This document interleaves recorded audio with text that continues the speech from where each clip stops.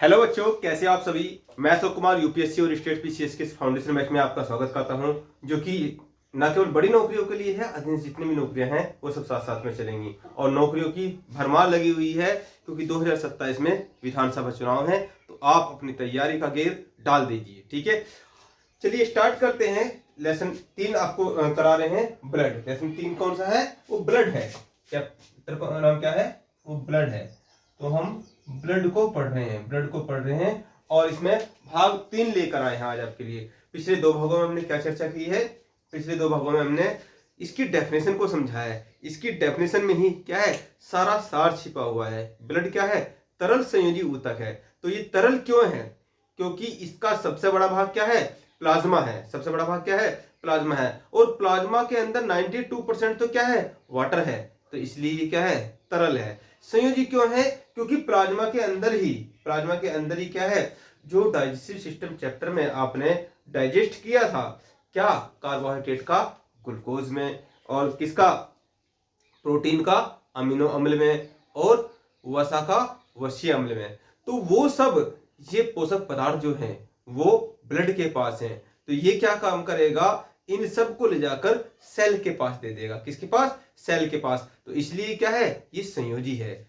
और ऊतक क्यों है? क्योंकि इसके अंदर 3 प्रकार की सेलों से ये बना है, आरबीसी, डब्ल्यूबीसी और प्लेटलेट्स। यहां हम आरबीसी की ही चर्चा कर रहे थे कि आरबीसी का जो निर्माण होता है, वो लंबी अस्थियों में होता है। लेकिन आरबीसी का निर्माण समय समय के हिसाब से अलग अलग होता है। एक तो जन्म के पूर्व, जन्म के पहले और जन्म के बाद। यहाँ जो स्ट्रक्चर बना हुआ है वो जन्म के बाद वाला बना हुआ है। तो आरबीसी का निर्माण मूल नॉर्मल रूप से कहाँ हो रहा है? लंबी अस्थियों में हो रहा है। और कहाँ हो रहा है? आरबीएम में हो रहा है। इसमें आरबीएम में हो रहा है, रेड बोन मैरो। तो यहाँ पर क्या है?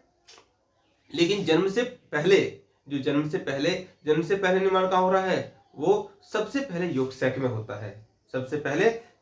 होता है। और उसके पश्चात जब वो 3 से 4 महीने का होता है, शिशु जब माता के गर्भ में 3 से 4 महीने का होता है, तो कहाँ हो रहा है? लीवर में हो रहा है। और जब वो 7 से 8 महीने का होता है तो फिर उसके पश्चात वो प्लीहा में होता है, ठीक है। तो यहाँ पर जो आप कल नोट्स बना रहे थे, उसी विषय में जो आप ये सब लिख रहे थे कि जन्म के बाद, तो यहां से कंक्लूजन ये निकल के आया, ये जो ब्लड के निर्माण की प्रक्रिया है, इस सारी निर्माण की प्रक्रिया को ये हेमेटोलाइसिस कहते हैं। क्या कहते हैं? इस सारे निर्माण की प्रक्रिया को हीमोपोइसिस।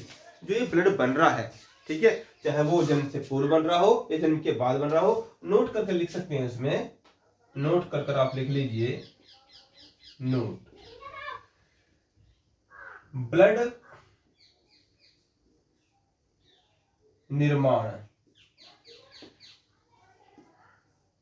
की प्रक्रिया। जो ब्लड निर्माण की प्रक्रिया है तो उसे क्या कहेंगे?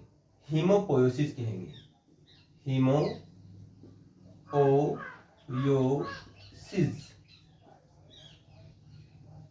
ये जो ब्लड निर्माण हुआ ये क्या कहलाएगा? हीमोपोइसिस, ठीक है। हीमोपोइसिस कहां हो रहा है? हीमोपोइसिस यॉर्क सैक में हो रहा है, ठीक है। यॉर्क सैक में हो रहा है। कहां हो रहा है? लीवर में हो रहा है, ठीक है। और यहां पर बोन मैरो में हो रहा है, मज्जा में हो रहा है, ठीक है। और यहां पर ये बोन मैरो में कहां हो रहा है? जन्म के बाद हो रहा है। यहां पर लिख लीजिए स्प्लीन में हो रहा है, ठीक है। तो ये पूरा प्रोसेस कहां का है? ये जन्म से पूर्व का है, ठीक है। और यहां पर यदि बात करें बोन मैरो में आरबीएम में कहां हो रहा है? ये जन्म के बाद हो रहा है, जन्म के बाद। तो लास्ट क्लास में हमने हीमोपोइसिस को समझा। किसको? हीमोपोइसिस को समझा। अब यहां पर इसी में एक ये हो गया नोट नंबर 1, ये नोट नंबर 1 है। अब यहीं पर नोट नंबर 2 को भी लिखेंगे, नोट नंबर 2। ठीक है, नोट नंबर 2 क्या है? हेमोलोसिस। ये हेमोलोसिस,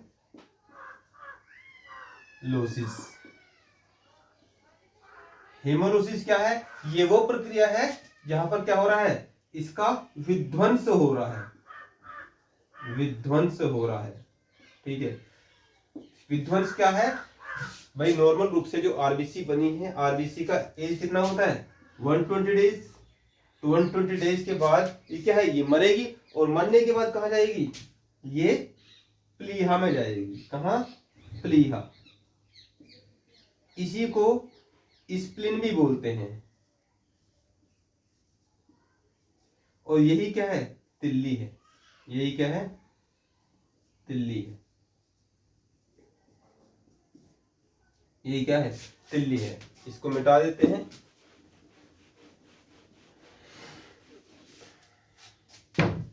ये तिल्ली है, और यहां पर ये कहा जाएगी? इसके बाद ये यकृत में भी जाएगी। इसका विध्वंस यकृत में भी होगा, और मज्जा में भी होगा, अस्थि मज्जा में भी होगा। ठीक है, बोन मैरो में भी होगा। तो विध्वंस कहाँ हो रहा है? 3 जगह हो रहा है, 1, 2 और 3। अब क्वेश्चन को समझेंगे। क्वेश्चन किस प्रकार से आ रहा है? एग्जामिनर क्वेश्चन किस प्रकार से बना रहा है? पूछता है कि आरबीसी की कब्रगाह कौन सी है। तो यदि ये ऑप्शन में है तो आप इसी टिक करोगे। ठीक है, किसको? तिल्ली को। ठीक है, और ऑप्शन में नहीं है तो यकृत और मज्जा भी लिख सकते हैं। अब यदि ये पूछ रहा है कि आरबीसी का जो निर्माण हो रहा है, ये तो निर्माण है और ये क्या है? विध्वंस है। तो ये आरबीसी क्या है? कब्रगाह है। इसको आरबीसी की क्या कहते हैं? कब्रगाह बोलते हैं। किसको? तिल्ली को। तो आरबीसी की कब्रगाह पूछता है तो बताएंगे तिल्ली। ठीक है, यदि तिल्ली ऑप्शन में नहीं है तो यकृत में भी जाकर उसका विध्वंस हो रहा है और मज्जा में हो रहा है। यकृत क्या कर रहा है? यकृत इसी से क्या बना देता है? वो पितरस का भी निर्माण कर रहा है। इसी से पितरस का निर्माण कर रहा है। ठीक है, तो ऑप्शन में हमेशा क्या मिलता है? हमेशा तिल्ली मिलेगा, आरबीसी की कब्रगाह बचेगा। तो ये जो विध्वंस होता है, जो आरबीसी मृत होती है, उस प्रोसेस को हेमोलोसिस बोलते हैं। क्या बोलते हैं? हेमोलोसिस। और हेमोपोएसिस क्या है? हेमोपोएसिस ये है कि जो आरबीसी का निर्माण हो रहा है। क्या हो रहा है? आरबीसी का निर्माण हो रहा है। अब आरबीसी का निर्माण जो जन्म से पूर्व होगा, जब हम माता के गर्भ में होते हैं, तो कहाँ होता है? यॉर्क में, लीवर में और स्प्लीन में। यहां जो है प्रारंभ में होता है। यॉर्क कहां होती है? प्लेसेंटा में होती है। प्लेसेंटा में होती है। प्लेसेंटा क्या होती है? वो आहार नाल जब माता के गर्भ में हम होते हैं, तो माता के गर्भ में जो माता भोजन करती है, तो उसके भोजन करने से हमें भी आहार पहुंच जाता है। तो एक नाल होती है, उस नाल के माध्यम से क्या होता है? उस नाल के माध्यम से शिशु को सारा भोजन आदि पहुंचता रहता है। उसी नाल को क्या बोलते हैं? प्लेसेंटा बोलते हैं। क्या बोलते हैं? प्लेसेंटा। उसी प्लेसेंटा में यॉर्क सैक होता है। तो यॉर्क सैक में क्या होता है? वो आरबीसी का निर्माण होता है। ठीक है, जब बच्चा लगभग 3 से 4 महीने का रहेगा तो कहाँ रहेगा? लीवर में। लीवर में आरबीसी का निर्माण होगा। और 7 से 8 महीने का रहेगा तो स्प्लीन में। जन्म के पश्चात आरबीएम में। कहां पर? आरबीएम में या बोन मैरो में। ठीक है, यहां पर क्या है? जन्म के बाद आरबीसी का निर्माण होगा। ठीक है, तो यहां के पश्चात आगे की तरफ बढ़ते हैं। इसमें सबसे महत्वपूर्ण जो पॉइंट है पढ़ने का आरबीसी के अंदर, वो क्या है? वो है हीमोग्लोबिन। तो अगला टॉपिक डाल लीजिए आप, इसको रफ कर दीजिए।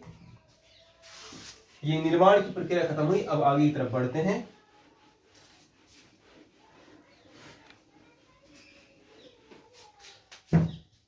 टॉपिक डालेंगे आरबीसी के अंदर ही। आरबीसी के अंदर जो ए टॉपिक है वो क्या है? हीमोग्लोबिन।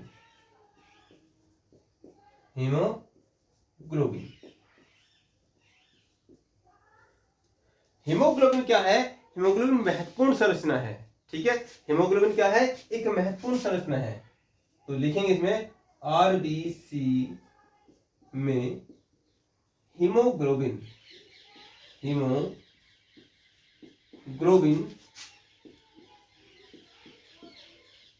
एक महत्वपूर्ण संरचना है, एक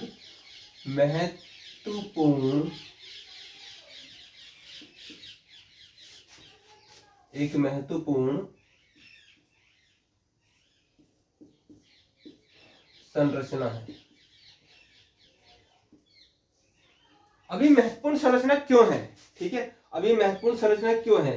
क्योंकि हीमोग्लोबिन क्या होता है, जो हीमोग्लोबिन होता है, जो हीमोग्लोबिन है ये बनता है हिम प्लस ग्लोबिन से, हिम प्लस ग्लोबिन से। ठीक है, हिम क्या होता है, इसमें एक वर्णक होता है। क्या होता है? एक वर्णक होता है। ठीक है, और ग्लोबिन क्या होता है? एक प्रोटीन होता है।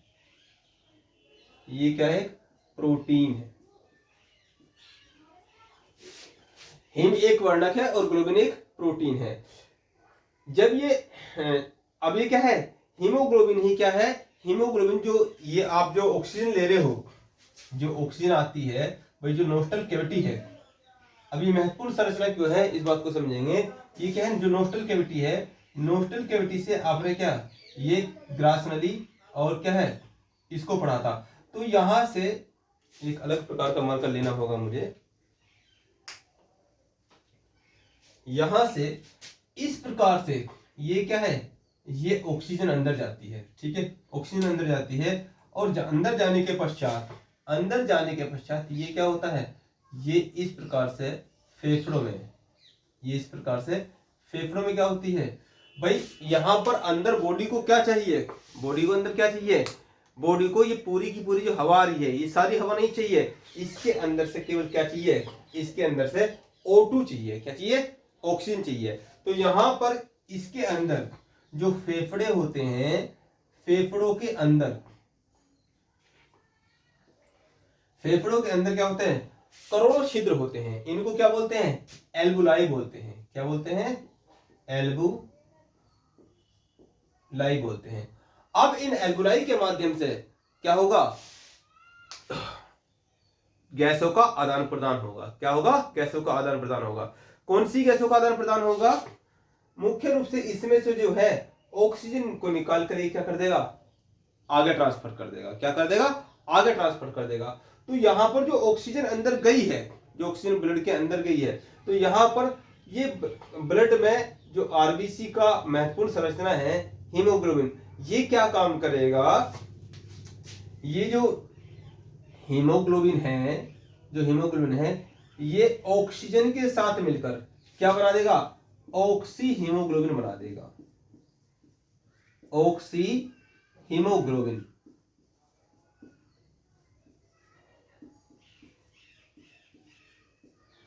इस हीमोग्लोबिन का जो कलर होता है वो हल्का बैंगनी होता है। हल्का बैंगनी होता है। और यहां पर जो ऑक्सी हीमोग्लोबिन है इसी का रंग क्या होता है? इसका कलर लाल होता है। जो आपको ब्लड लाल सा दिखाई देता है ये ऑक्सीजन के मिलने के पश्चात ही बनता है। उससे पहले क्या होता है? ये हल्का बैंगनी होता है। अब ये क्या काम करेगा? ये हीमोग्लोबिन इस ऑक्सीजन को कहां तक ले जाएगा? ये सेल तक लेके जाएगा। कहां तक? वो सेल तक लेके जाएगा, कोशिका तक। ठीक है, अब ये कहां पे ले जाएगा? ये कोशिका तक ले जाएगा। कहां पे? कोशिका तक। अब कोशिका में आप पहले ही पढ़ चुके हो, इसीलिए मैं कहता हूं कि पिछले चैप्टर क्या है अगले चैप्टर के लिए बेस का काम करते हैं। कोशिका के अंदर एक महत्वपूर्ण संरचना आपने पढ़ी, क्या? माइटोकॉन्ड्रिया। माइटोकॉन्ड्रिया।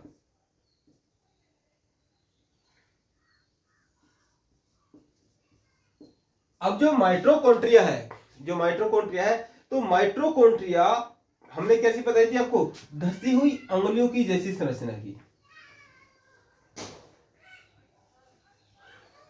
धसी हुई अंगुलियों की जैसी संरचना की। तो यहां पर ये क्या है? यहां पर ये क्रिस्टी है। क्या है? क्रिस्टी है। और इस क्रिस्टी में यहां पर क्या होते हैं? यहां पर ये F1 कण होते हैं। क्या होते हैं? F1 कण होते हैं। तो यहीं पर क्या होगा?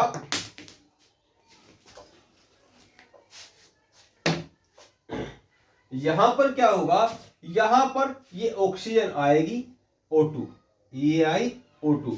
ये जो हीमोग्लोबिन है, ये हीमोग्लोबिन है, ये यहां आकर इससे अलग हो जाता है। ये इसके लिए क्या है, ये बस का काम करता है, ठीक है, इसके लिए ट्रांसपोर्टिंग का काम करता है। यहां से ये ऑक्सीजन आगे चली जाती है और हीमोग्लोबिन वापस हो जाता है।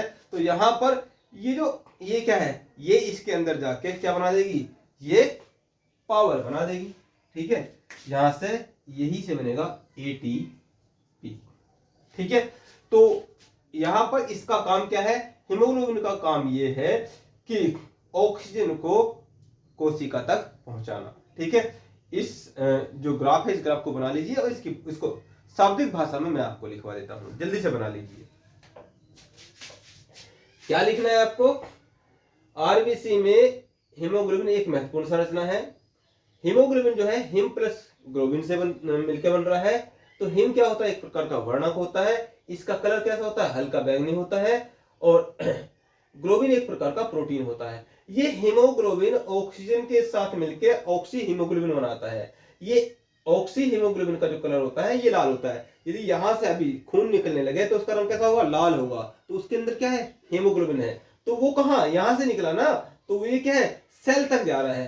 तो सेल में जाके क्या करेगा, माइटोकॉन्ड्रिया को ये क्या कर देगा, ऑक्सीजन प्रदान कर देगा। और यहां पर प्रोसेस होकर, क्योंकि यहीं पर बताओ मुझे, यहां पर क्या इसी से क्या है, केवल ऑक्सीजन से ही ATP बन जाएगा। यहां पर रॉ मटेरियल के रूप में डाइजेस्ट होकर ब्लड के पास एक चीज और है, और वो क्या है, वो है C6H12O6। इसके पास ग्लूकोज है, क्या है, ग्लूकोज है, इसको भी प्रदान कर देगा वो, ठीक है। और इसी से क्या बन जाएगा, इसी से पावर बन जाएगी, जिसकी वजह से मैं इतनी देर से आपसे बोल पा रहा हूं, आप बैठ पा रहे हैं, सुन पा रहे हैं। सारे दैनिक कार्यों को करने के लिए जिस ऊर्जा की हमें आवश्यकता होती है, वो ऊर्जा क्या होती है, वो ऊर्जा ATP होती है। और उसका निर्माण किसकी वजह से हो पा रहा है, केवल और केवल आरबीसी में पाए जाने वाले हीमोग्लोबिन की वजह से हो पा रहा है। क्योंकि हीमोग्लोबिन क्या करता है, ऑक्सीजन के साथ मिलकर वो ऑक्सी हीमोग्लोबिन बनाता है और ये O2 को सेल तक लेके जाता है, ठीक है। होगी सारी बातें, बनाना चाहो तो बना लो, सारी संरचना काम की है। ये सारी संरचना ये लाइन लिखेंगे, फिर ये लाइन लिख लो जल्दी से, और इसको शाब्दिक भाषा में अभी लिखवा देता हूं।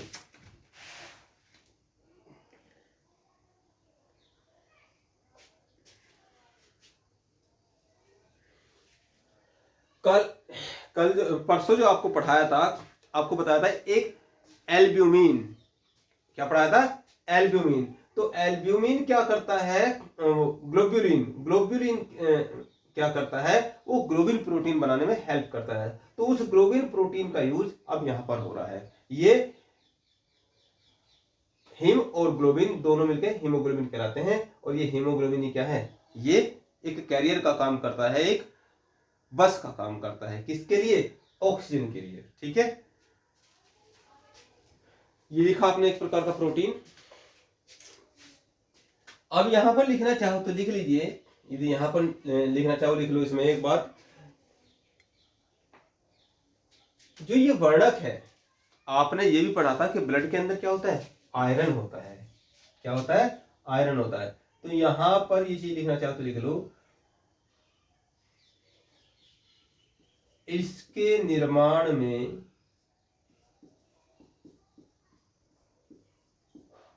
आयरन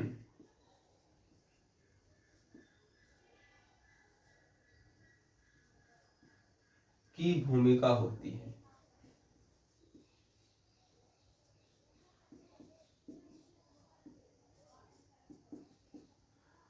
ये आपके कंप्लीट जो हीमोग्लोबिन संरचना है उससे संबंधित ये कंप्लीट नोट्स, कंप्लीट जानकारी आपके पास होगी, ठीक है।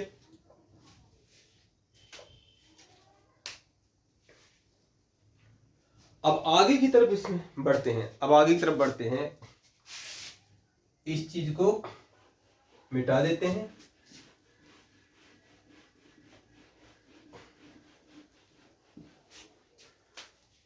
अब यहां पर जो हीमोग्लोबिन का स्तर है, जो हीमोग्लोबिन का स्तर है, हीमोग्लोबिन के स्तर को 1 मीटर आता है। भाई बॉडी के अंदर हीमोग्लोबिन कितना है कितना नहीं 1 मीटर आता है। तो हीमोग्लोबिन, अगला पॉइंट लिखेंगे, जो हीमोग्लोबिन है, मिटा लीजिए, सारे को मिटा लीजिए।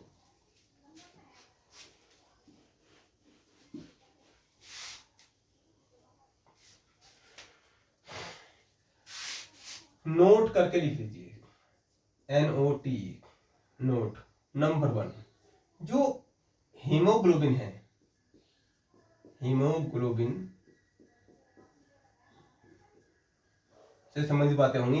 हीमोग्लोबिन को हीमोसाइटोमीटर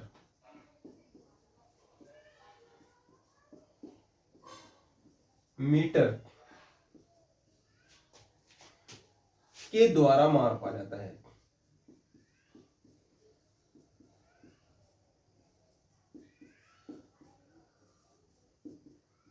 ठीक है।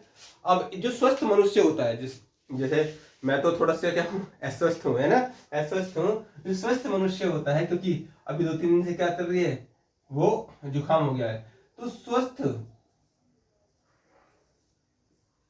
मनुष्य में, स्वस्थ व्यक्ति में, ये मान लो स्वस्थ आदमी में, है ना, या मेल में, ठीक है, 15 से 13 ग्राम या मिलीग्राम, है ना,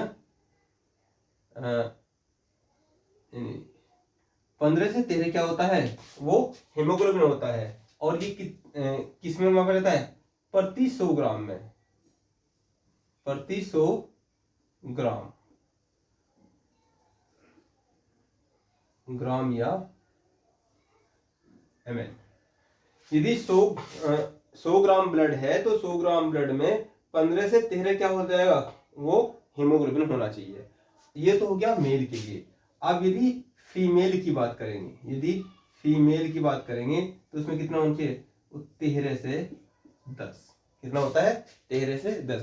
तो इस बात को नोट कर लीजिए, 13 से 10 होता है। अब यदि यहाँ पर हीमोग्लोबिन में क्या हो जाए, यदि हीमोग्लोबिन में कमी हो जाए, यदि हीमोग्लोबिन उतना ना हो, 15 से 13 ना हो, 13 से 10 ना हो, तो फिर क्या होगा, इसकी कमी को अगला पॉइंट लिख सकते हैं इसमें, हीमोग्लोबिन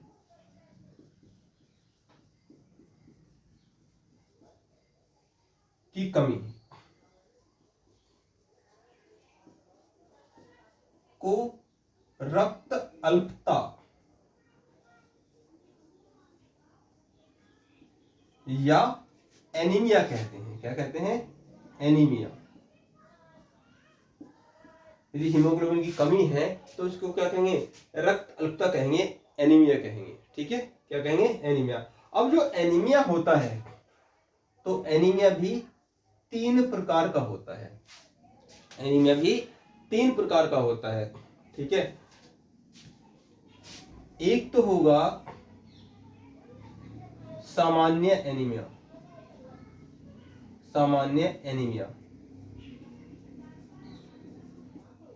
ये जो सामान्य एनीमिया होता है, ये विटामिन है, यदि बी, इसका जो होता है विटामिन, ये B6 की कमी से होता है। किससे, विटामिन B6 की कमी से, यदि विटामिन B6 की कमी हो रही है। ठीक है, और एक क्या होता है, मैग्लोब्लास्टिक, अच्छा ये क्या है, ये किसी में भी हो सकता है, जो ये है, ये किसी में हो सकता है, जो सामान्य एनीमिया है। और जो मैग्लोब्लास्टिक एनीमिया है, मैग्लोब्लास्टिक एनीमिया मैग्लोब्लास्टिक एनीमिया जो है वो विटामिन B9 की कमी से होता है। किसकी कमी से होता है? B9 में। और मोस्टली ये क्या होता है? मोस्टली ये महिलाओं व बच्चों में होता है। अब महिलाओं में ऐसा क्यों होता है कि महिलाओं में ये अक्सर हो जाता है? क्योंकि महिलाओं में क्या होता है, महिलाओं में मंथ में एक बार ब्लड का स्राव होता है, तो जो खून बनता है, खून क्या है, वो निकल जाता है, तो वहीं पर खून की कमी आ जाती है। इसलिए महिलाओं को आयरन का विशेष ध्यान रखना चाहिए। अभी सर्दी आ रही है तो पालक विशेष रूप से खाना चाहिए, ठीक है। तो ऐसी चीजें जैसे गाजर खानी चाहिए। तो महिलाओं व बच्चों में मैग्लोब्लास्टिक एनीमिया होता है जो विटामिन B6 की कमी से होता है। अब यदि बात करें प्राण घातक एनीमिया, जो प्राण घातक यानी कि खतरनाक एनीमिया है वो क्या है? वो विटामिन B12 की कमी से होता है। विटामिन B12 की कमी से होता है। इसी का जो रासायनिक नाम है वो साइनोकोबालामीन है। क्या है? साइनोकोबालामीन।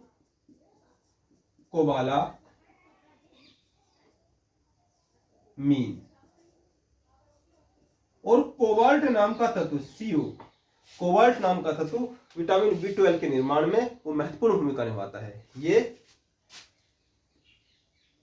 निर्माण में, ठीक है, इसका भी ध्यान रखेंगे, ये भी कभी कभी क्वेश्चन पूछ लेता है। तो जो हीमोग्लोबिन है, हीमोग्लोबिन को हीमोसाइटोमीटर द्वारा मापा जाता है। स्वस्थ मनुष्य में मेल में 15 से 13 हीमोग्लोबिन होना चाहिए प्रति 100 ग्राम में, और महिलाओं में 13 से 10, ठीक है। यहाँ पर यदि हीमोग्लोबिन की कमी हो जाती है, इस बात को बायोलॉजी की भाषा में रक्त अल्पता बोलते हैं। क्या बोलते हैं? रक्त अल्पता और या एनीमिया। ये एनीमिया 3 प्रकार का होता है। एक तो सामान्य रूप में थोड़ा बहुत हीमोग्लोबिन कम हुआ है तो क्या है, विटामिन B6 की कमी के कारण वो हो जाता है, तो सामान्य रूप में, इसलिए इसे सामान्य एनीमिया कहते हैं। लेकिन मैग्लोब्लास्टिक एनीमिया क्या है? ये अक्सर महिलाओं में और बच्चों में होता है, क्योंकि बच्चा उतनी प्रकार से भोजन नहीं कर पाता है। और महिलाएं में क्या होता है, महिलाओं में माह में एक बार, जिसे रजोवृत्ति बोलते हैं, तो उसके माध्यम से ब्लड बहुत ज्यादा स्रावित होता है, ठीक है। तो यहाँ पर प्रॉपर ध्यान देना चाहिए महिलाओं को आयरन के लिए, ठीक है। या जिससे जिन पदार्थों के खाने से, जैसे गाजर है और पालक है, बथुआ है, इस प्रकार की चीजों को खाने, उनको लगातार अपने भोजन में लेते रहना चाहिए। ऐसा नहीं कि बस केवल रोटी खा रहे हैं, ठीक है। तो यहाँ पर सबसे ज्यादा खतरनाक क्या होता है? वो प्राण घातक एनीमिया होता है। इसको पर्निशियस बोलते हैं। क्या बोलते हैं? इसको इंग्लिश में पर्निशियस एनीमिया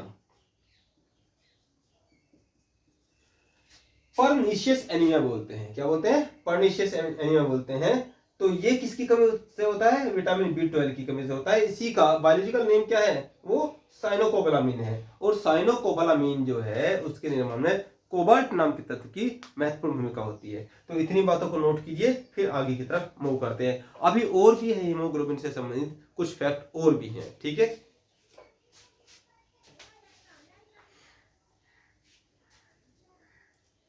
यहां पर ये सब जो विटामिन जब आपको पढ़ाएंगे, इसके जो बायोलॉजिकल नेम है वो आपको बताए जाएंगे। लेकिन यदि लिखना चाहो तो लिख लो, इसका नाम पायरोडोक्सिन है और इसका नाम फोलिक एसिड है। ये क्या है? पायरोडोक्सिन,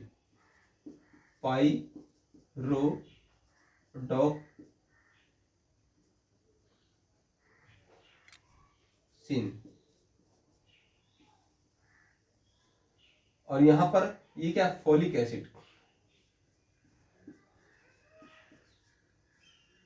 ये क्या है? ये फोलिक एसिड है। ये फोलिक एसिड, ठीक है। तो नोट हो गया। आगे की तरफ चलें, जल्दी से नोट कीजिए, फिर आगे की तरफ चलते हैं।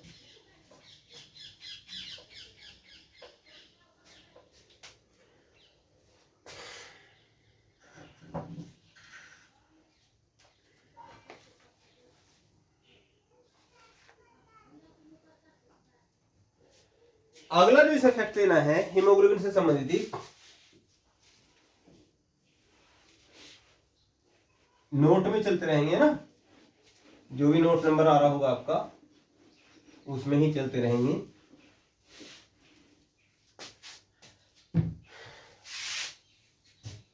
अगला इसमें पॉइंट बनाएंगे, आरबीसी का स्तर बढ़ना।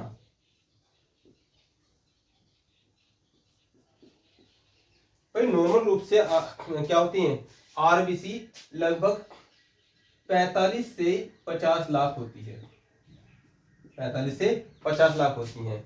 लेकिन जब आदमी कभी पहाड़ पर चढ़ता है या ऊंचाई पर जाता है, ठीक है, तो आरबीसी का स्तर क्या होता है, आरबीसी का स्तर बढ़ जाता है। ठीक है, नॉर्मल, ये तो नॉर्मल है, नॉर्मल।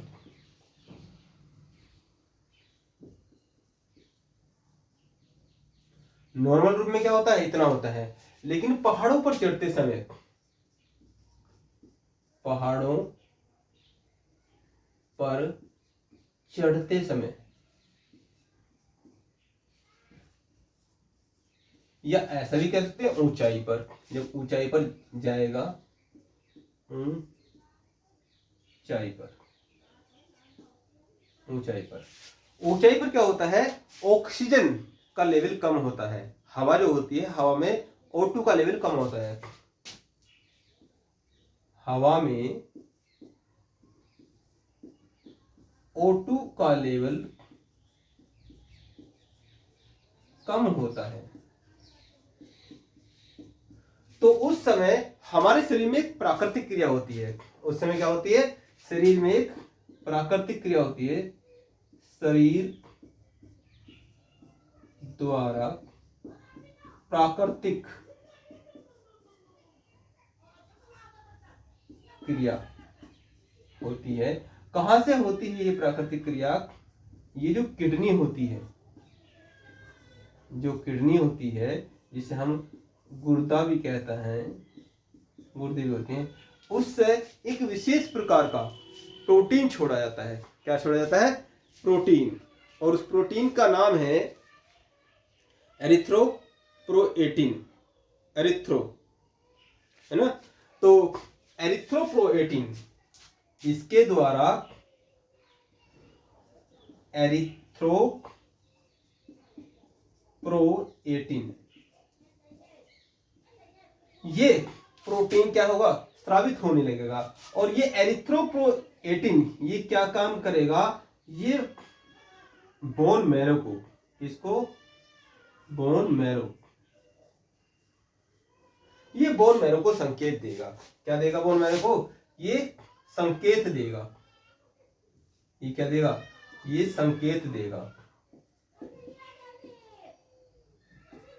संकेत देगा कि भाई आरबीसी के पास क्या है, आरबीसी के पास हीमोग्लोबिन, यहाँ पर क्या है, यहाँ पर ऑक्सीजन की कमी आ गई है, ऑक्सीजन की कमी है, इसलिए ज्यादा से ज्यादा क्या संकेत देगा, ज्यादा प्रोडक्शन के लिए, आरबीसी के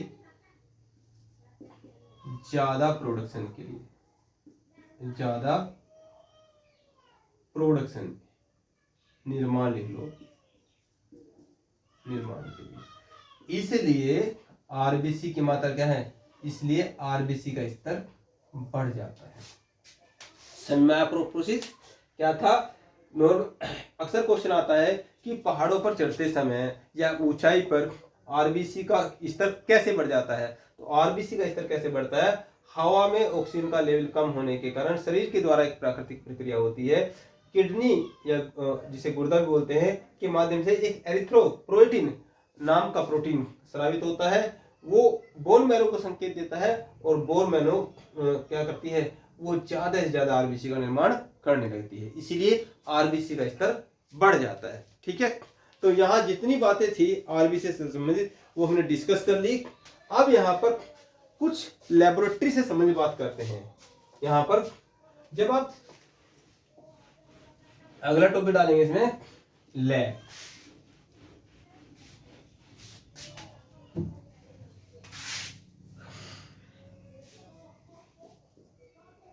लैब। जब आप किसी को देखा होगा, जब खून की कमी होती है, तो खून की कमी के पश्चात क्या है, डॉक्टर कहता है खून की कमी है, खून डोनेट करना, खून चाहिए इसको। तो उसी वक्त आप किसी को फोन करते हो, भाई खून की कमी पड़ रही है, तो आपके घर में से या आपके पड़ोस में से कोई व्यक्ति हॉस्पिटल में जाता है और वहां खून दान कर देता है। लेकिन वहां जो खून दान होता है, खून दान ऐसे नहीं होता है कि जैसे पिक्चरों में दिखा देते हैं, एक इधर क्या अमिताभ बच्चन लेटा है और उसका खोया हुआ बेटा लेटा है, दोनों का क्या है, खून दिया जा रहा है। इस प्रकार से खून नहीं दिया जाता। वो व्यक्ति जो खून देने वाला होता है वो कहाँ जाता है, वो जाता है लेबोरेटरी में, और लेबोरेटरी में वो खून दे देता है। उस खून को रख लिया जाता है क्योंकि उसके अंदर बहुत सारे प्रोसेस होते हैं, और उसके पश्चात उसी ब्लड ग्रुप का खून आपको दे दिया जाता है। तो लैब के अंदर क्या क्या होता है, तो इसी की अब यहां पर पहला पॉइंट समझेंगे। जो ये सब सिस्टम होता है, जो ब्लड के बारे में अध्ययन करते हैं, तो इस ब्लड के पूरे प्रोसेस को बोलते हैं हिमेटोलॉजी। क्या बोलते हैं, हिमेटोलॉजी। हिमेटोलॉजी। हिमेटोलॉजी क्या है, हिमेटोलॉजी विज्ञान की वह शाखा है, विज्ञान की वह शाखा जिसमें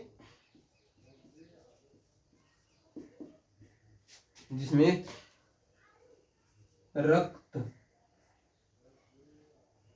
के संबंध में अध्ययन किया जाता है, संबंध में अध्ययन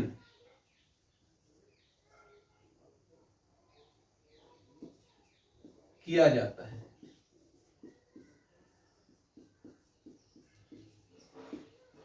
क्लियर। पहला पॉइंट नोट करेंगे, लैब में से संबंधित हिमेटोलॉजी विज्ञान की वह शाखा जिसमें रक्त के संबंध में अध्ययन किया जाता है, हिमेटोलॉजी कहलाती है। ठीक है, हिमेटोलॉजी।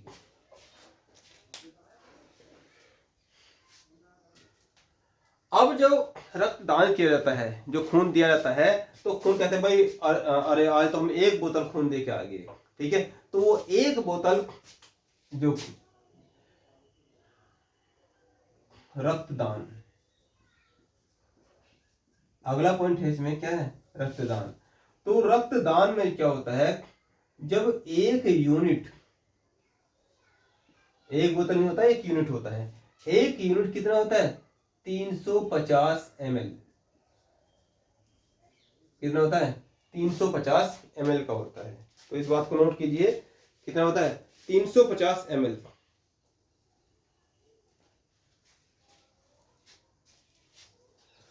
अब जब आप रक्तदान दे देते हो, तो क्या है, जो रक्तदान देते हो तो इसमें एक सोडियम ऑक्सलेट,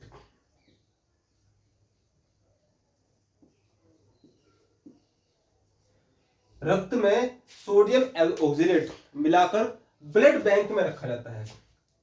सोडियम ऑक्सलेट मिलाकर ब्लड बैंक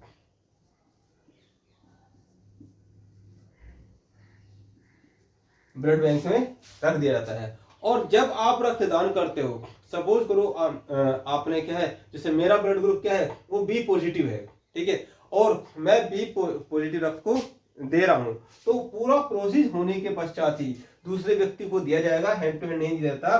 तो सोडियम ऑक्सलेट मिलाकर रख दिया जाता है ताकि ब्लड खराब ना हो, और जो लेने के लिए आता है उसको वही बी पॉजिटिव, जो पहले से प्रोसेस हो चुका है, वो बी पॉजिटिव ब्लड दे दिया जाता है। ठीक है, जो वो लेने के लिए आता है। तो सोडियम ऑक्सलेट मिलाकर क्या करेंगे, उसको ब्लड बैंक में रख देंगे। अगला पॉइंट इसमें नोट करना है आपको,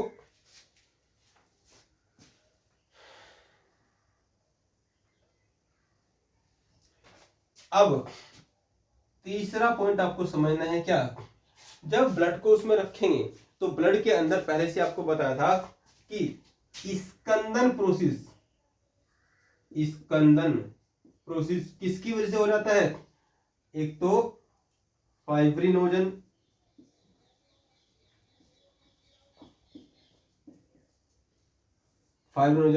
प्रोथाम्बिन और थाम्बरिन।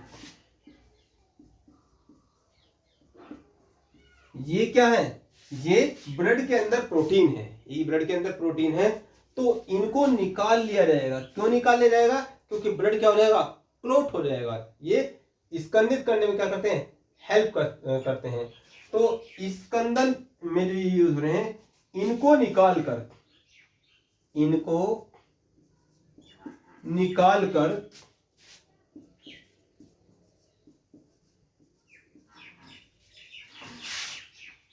शेष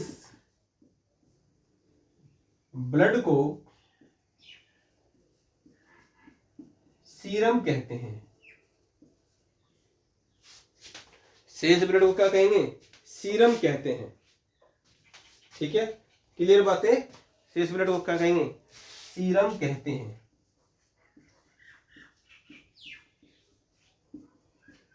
अब ये क्या बात हुई भाई? यदि आपने ब्लड दिया है, आपके ब्लड के अंदर तो क्या है, आपके ब्लड के अंदर कुछ अशुद्धियां हो सकती हैं, तो पूरा प्रोसेस होता है, वो चेक होता है, उसके अंदर कोई किसी प्रकार के, सपोज करो आपने ब्लड दिया सामने वाले व्यक्ति को, तो कोई एक नॉर्मल सी समस्या थी, ब्लड की कमी थी, और आपके अंदर क्या है? आपके अंदर कैंसर है, या आपके अंदर क्या है? आपके अंदर एड्स है।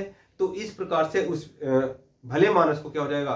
वो एड्स हो जाएगा, वो कैंसर हो जाएगा, कुछ भी बीमारी हो सकती है। तो पूरा जब आप रक्तदान करते हो, तो रक्तदान जो करते हो, एक यूनिट करते हो, 350 ml का एक यूनिट होता है। अशुद्धियों से बचाने के लिए उसके अंदर सोडियम ऑक्सलेट मिलाकर ब्लड बैंक में रखा जाता है, और वहां पर पहले से ही रखा हुआ रक्त, यदि आपने बी पॉजिटिव दिया है तो बी पॉजिटिव आपको दे दिया जाता है। तो यहाँ पर जब आपको ब्लड दिया जाएगा, तो ये फाइब्रिनोजन, प्रोथाम्बिन और थाम्बरिन, ये क्या है? ये इसमें डाल दी जाएंगे। ठीक है, और जब वहां पर रखा जाएगा ताकि ब्लड स्कंदित ना हो, तो इनको निकाल लिया जाता है, और उस ब्लड को क्या कहते हैं? सीरम कहते हैं। उस ब्लड को क्या कहते हैं? सीरम कहते हैं। यहां तक की बात आपको समझ में आई हो तो फिर हम अगली बात करेंगे। ये पूरा का पूरा जो आरबीसी है, आरबीसी खत्म हुआ आपके एग्जाम के पॉइंट ऑफ व्यू से, आरबीसी खत्म हुआ। अब हम बात करेंगे नेक्स्ट लेक्चर में डब्ल्यूबीसी की। ठीक है, आज हमने एक चर्चा आपसे नहीं करी, रैंडमली हम कोई भी टॉपिक उठाते हैं, बीच में से जो पिछली चीजें हैं उनको क्या है? उनको छोड़ना नहीं है। तो आज एक टॉपिक उठाते हैं अचानक से। आपसे मैं बात करता हूं, लाइसोसोम क्या है? लाइसोसोम क्या है? तो लाइसोसोम क्या है? कोशिका में आत्महत्या की थैली है। कोशिका में आत्महत्या की थैली है। तो क्या होता है? जब हम बाहर से कोई बैक्टीरिया हमारी सेल के अंदर एंटर करने का प्रयास करता है, तो लाइसोसोम के पास क्या होता है? उसकी थैली में एंजाइम भरे रहते हैं, वो उनको मारने के लिए भेजता है। जब वो नहीं मर पाता तो दूसरा एंजाइम आता है, फिर तीसरा आता है। यदि तब भी नहीं मर पा रहे तो सारे एंजाइम एक साथ स्रावित कर देता है। तो इस वजह से वो क्या होता है? उस बैक्टीरिया को मार देते हैं। यहाँ पर इसी के जो ये प्रोसेस होता है, तो ये लाइसोसोम के द्वारा होता है। तो वहां पर लाइसोसोम की थैली कई बार फट जाती है, वो क्या होता है? तो इसीलिए कोशिका में आत्महत्या की थैली लाइसोसोम को कहते हैं। ठीक है, और यदि यहाँ पर क्या है? प्रोसेस होने के दौरान यहाँ पर कुछ इन्फेक्शन हो गया तो कैंसर की कोशिका भी जन्म ले लेती है। तो इसी को, कैंसर की स्टडी को क्या बोलते हैं? अंकोलॉजी बोलते हैं। ये हमने एक रैंडमली टॉपिक उठाया, तो पिछली चीजों को क्या है? आपको भूलना नहीं, बस उसको टच करते रहना। बाकी ब्रह्मास्त्र तो आपका तैयार हो ही रहा है। ब्रह्मास्त्र में जो आपने एक लाइन लिखी हुई है, उसमें क्या है? उसमें आरबीसी वाला टॉपिक डाल देंगे, उसमें आरबीसी वाला पॉइंट डाल देंगे। आरबीसी में आपने क्या क्या चीजें पढ़ी हैं? आरबीसी में आपने आरबीसी के निर्माण के प्रोसेस को समझा, और आरबीसी के विध्वंस को प्रोसेस को समझा। हीमोग्लोबिन जो महत्वपूर्ण संरचना है उसको समझा, हीमोग्लोबिन पॉइंट डाल देंगे। तो आरबीसी के अंदर डालेंगे हीमोपोएसिस, हीमोलोसिस, और यहाँ पर जो हीमोग्लोबिन। ठीक है। और यहाँ पर हेमेटोलॉजी को हमने लास्ट में देखा कि हेमेटोलॉजी क्या है, किस प्रकार से हम लैब में जब जाते हैं तो लैब में किस प्रकार से हम ब्लड को रखते हैं, क्या वो ब्लड हमें एकदम मिल जाता है, नहीं, ऐसे तो निकाल कर आप वहीं के वहीं डॉक्टर निकाल कर वहीं के वहीं इंजेक्शन से दे सकता है, लेकिन नहीं, वो क्या होता है, प्रोसेस होता है। तो प्रोसेस के दौरान जो इसकी स्टडी होती है उसको क्या बोलते हैं, इसको हेमेटोलॉजी बोलते हैं। और यहाँ पर जब ब्लड बैंक में ब्लड दान दिया जाता है तो 1 यूनिट दान दिया जाता है, उसे 350 ml कहते हैं। और यहाँ पर भाई सारा खून थोड़े निकाल सकते हैं सामने वाले व्यक्ति का, उसके अंदर भी क्या है, कमी आ जाएगी। तो सोडियम ऑक्जेलेट मिलाकर रखते हैं ताकि ब्लड बैंक में ब्लड सुरक्षित रहे। और जब कोई व्यक्ति किसी प्रकार के ब्लड को एक एग्जाम्पल के रूप में दिया था, वो उसको ब्लड बैंक से मिलता है तो उसमें क्या होता है, जब रखते हैं तो स्कंदित ना हो तो फाइब्रिनोजन, प्रोथाम्बिन और थाम्बरिन इनको स्कंदित कर देते हैं, इनको निकाल लेते हैं। और जब उसको दिया जाता है तो इनको डाल दिया जाता है। जब निकाल लेते हैं तो शेष भाग को क्या बोलते हैं, सीरम बोलते हैं। क्लियर? बाकी WBC की बात करेंगे कल। धन्यवाद।